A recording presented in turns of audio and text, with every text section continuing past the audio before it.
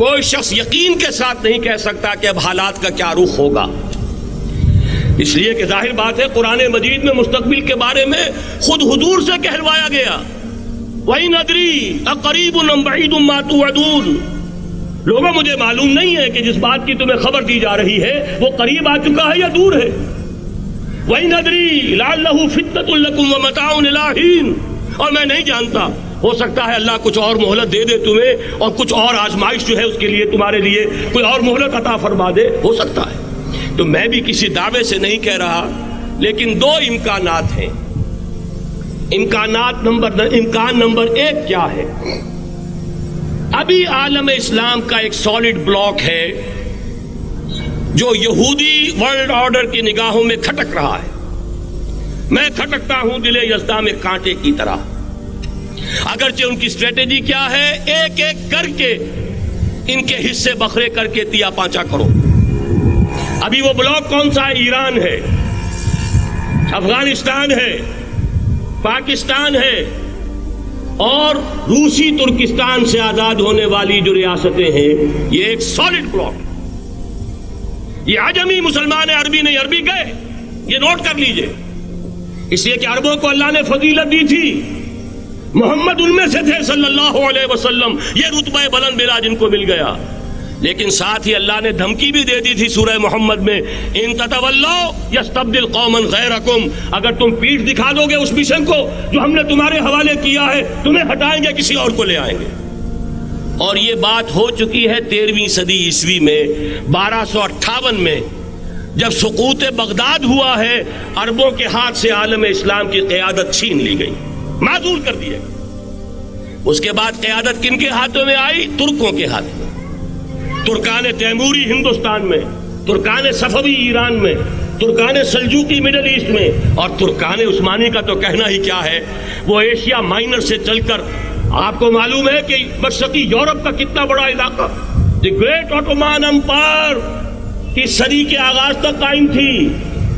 اس صدی میں عجیب عجیب معجزے ہوئے ہیں۔ گریٹ آٹومان امپائر جو 3 بر اعظموں پر محیط، نام و نشان ختم۔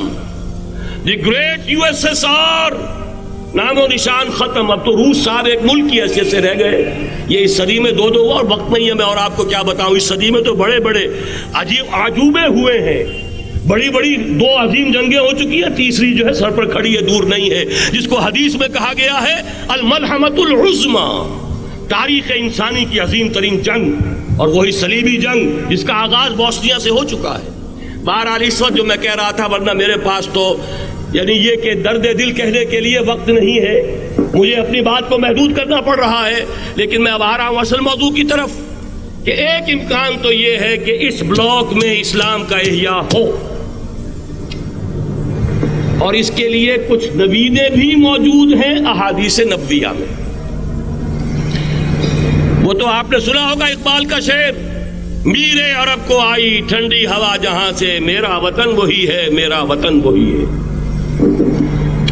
حدیث میں آتا ہے یخرج ناس من المشرق یؤتون للمہدی، یعنی سلطان ہی، مشرق سے فوجیں نکلیں گی کہ جو کہ مہدی کی حکومت قائم کریں گی، اور یہ ہوں گے حضرت فاطمہ کی نسل ہی سے رضی اللہ تعالی عنہا، لیکن عالم عرب کے اندر پھر ایک طاقت بن کر ابھریں گے، باطل کی قوتوں کے خلاف جہاد کریں گے، لیکن ان کو مدد آئے گی 2 طرف سے، ایک زمینی مدد آئے گی مشرق سے، ایک آسمانی مدد آئے گی، عیسیٰ ابن مریم کا نزول، حضرت مسیح علیہ الصلوۃ والسلام جو زندہ آسمان پر اٹھائے گئے تھے نازل ہوں گے، اور در حقیقت ان 2 مددوں کے نتیجے میں پھر یہود کا قلع قمع ہوگا، اور یہی گریٹر اسرائیل ان کا گریٹر گریو یارڈ بن کر رہے گا، عظیم تر قبرستان بن کر رہے گا۔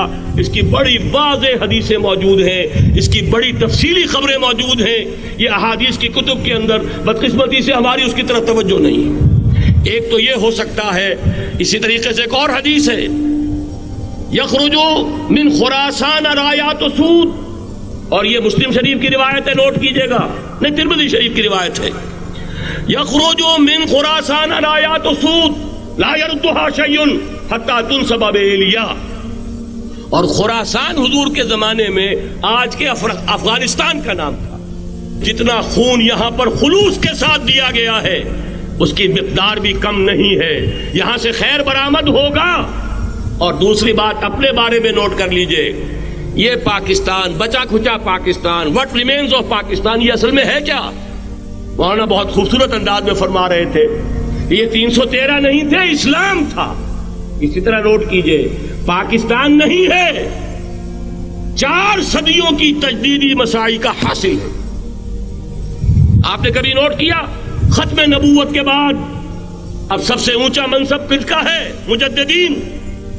سنن ابی داؤد کی روایت, ان اللہ یبعث فی هذه الامہ علی راس کل 100 عام من یجدد لها دینها. اور نوٹ کیجئے, کوئی بات ہے 1000 برس تک سارے مجدد عالم عرب میں پیدا ہوئے.